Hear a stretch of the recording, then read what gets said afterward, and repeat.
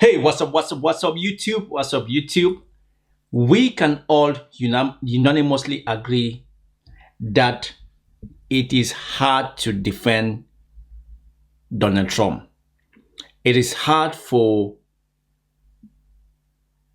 Donald Trump's supporters to actually defend him in most occasions. The thing is, if you like Trump, you just have to like Trump because most of the things that Trump will say is always hard to defend. But those who support Trump will always try to do some gymnastics to try and find a way to defend Trump. But Trump, you cannot defend Trump. We are going to listen to this lady who phoned into LBC. She is a very intelligent lady. She's a doctor.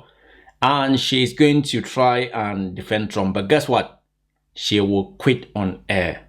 Because most of them, they just quit when they know they cannot defend Trump. So watch this one, and by the way, if you watch any of my videos, it's up to you to either like them or dislike them. And also, it will be awesome if you just subscribe to my YouTube channel. I'm just trying to get to 100,000 subscribers by the end of this month, and I know with you guys it is possible. So let's just sit, listen, and try and understand how these people try to defend Trump. And we can have a chat, or you guys can send me just comment at the bottom and tell me what you think of this interview. I'm going to turn now to, as promised, to Dr. Jan Halper-Hayes, former Global Vice President of Republicans Overseas, as an advisor to Donald Trump's 2017 transition team. Dr. Halper-Hayes, thank you so much for joining us this morning. Do you understand why so many in this country and in Europe more generally would have seen what happened in the Oval Office as an attempt to humiliate President Zelensky and be repulsed by it?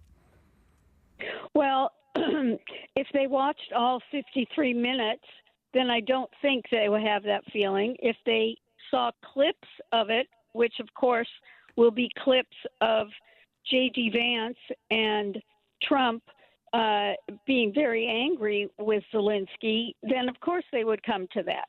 Could you imagine President Trump speaking to, say, President Putin in that way? And isn't it precisely the point that he wouldn't that is part of the problem?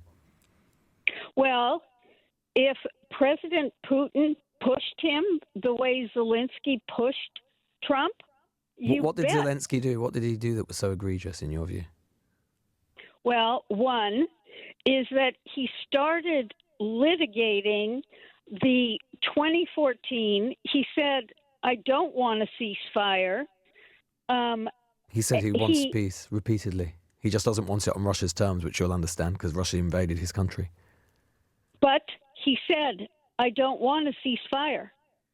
He made that comment to Trump. He said he doesn't want a ceasefire if he knows that Putin is just going to renege on it a couple of months later, which is fair enough, isn't it? Because he's done that repeatedly, you will accept. Exactly. No, not exactly. I mean, the point is that, of course, anyone wants a ceasefire, but there's no point having a ceasefire, is there? Which is what Zelensky was saying to Trump, if Putin is just going to renege on it shortly afterwards. And Trump was saying, how do you really know? I mean, if you're really coming from that position, that no one can guarantee anything. But if you don't move forward to get something into an agreement and then be able to put the right security. But what has Putin said that gives you or President Trump any indication at all that he even wants a ceasefire? Putin has said he doesn't want a ceasefire at this point. Putin is... Look, I'm not here to have an argument because you clearly have a position that I don't agree with. What would that be? What would that position be? Well, I mean, we would both agree, wouldn't we, for a start, that Putin started the war? Yeah, what I would say is that Putin legally violated international law. Morally, he thought he was right, and strategically... But you would agree that morally he was wrong? I know I would not agree morally is wrong. I would agree legally he was wrong. You would agree, you would not think that a man who literally, as we speak, still sends drone attacks to kill Ukrainian civilians is morally wrong? Oh, and you think that Ukraine isn't doing anything to the Russians? Ukraine didn't invade Russia. Russia invaded Ukraine. That you wouldn't agree that was morally wrong? Okay, all right. You know what? That is 3 years ago.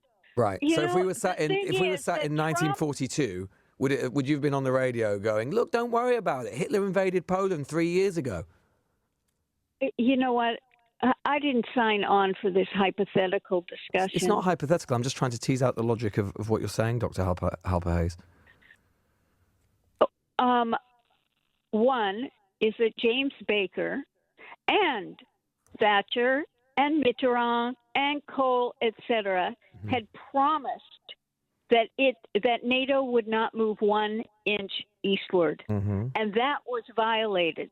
Those so countries. You want to look at all the different people that violated their agreement? When did America start basically just sort of representing what Moscow thinks? Those countries wanted to be part of the NATO club.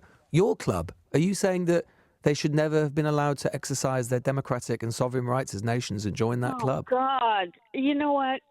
I don't like having my words twisted. No, I really don't. You don't like... Well, but that's the point of an interview, isn't it? Is to discuss what you're saying. And I'm just asking you... You're saying... With respect, Doctor, I'm just trying to understand what you're saying. You're saying that those countries should never have been allowed to join NATO, and then we wouldn't have been in this situation. And I'm saying to you that surely those countries should have been allowed... I didn't say that. Well, see, that's why... No, hold on a minute. But you cited what happened in the... so you're saying that it's fine for them to join NATO, then?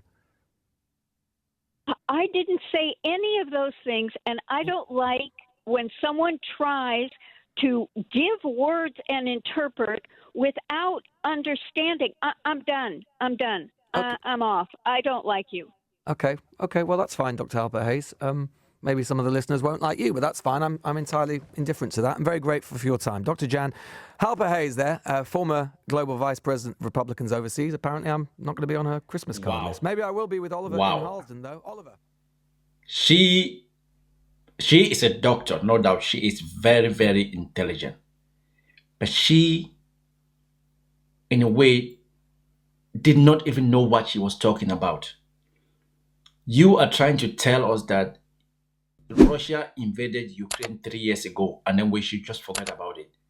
You are trying to tell us, you, a doctor, are trying to tell us that all those lives that were lost, all those buildings, cities that have been destroyed, we should just forget because that was 3 years ago. You are trying to tell us, you are trying to make us feel as if what we saw in that Oval Office was not what we saw. When these people come on and they say, if only you watch the 59 minutes of that meeting, you will change your mind. We watch the 59 minutes of the meeting. Normally a meeting starts nicely, slowly.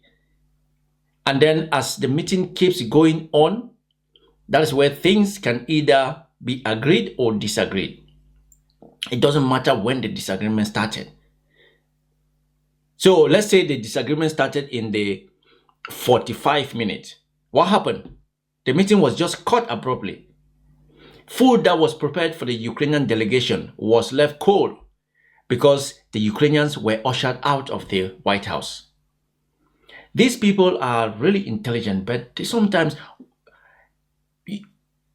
Really, we don't care who you support. But sometimes if you're just honest, if you just say, yes, that meeting sucked. I wish it would have gone a different way. I wish J.D. Vance would have just allowed the two heads of state to continue with their discussion. I just wish he wouldn't have asked some of the questions that he asked. I wish that the guy who was asking Zelensky why he doesn't put on a suit, I wish he did not ask that question, because him putting on a suit or not putting on a suit doesn't really matter. People are dying. We're talking about people's life. a country is being run down to the ground. What is wearing a suit or not wearing a suit? What does that even mean? What essence has that got with the war in Ukraine?